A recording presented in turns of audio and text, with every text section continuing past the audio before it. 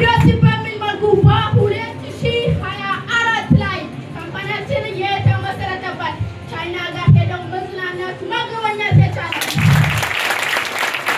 ብቻ አይደለም። በውሰት ላይ በኩባንያችን የብሮንዝ ላውሬት ካምፓኒ ግሎባል ሼርሆልደር ጀግና ሊደር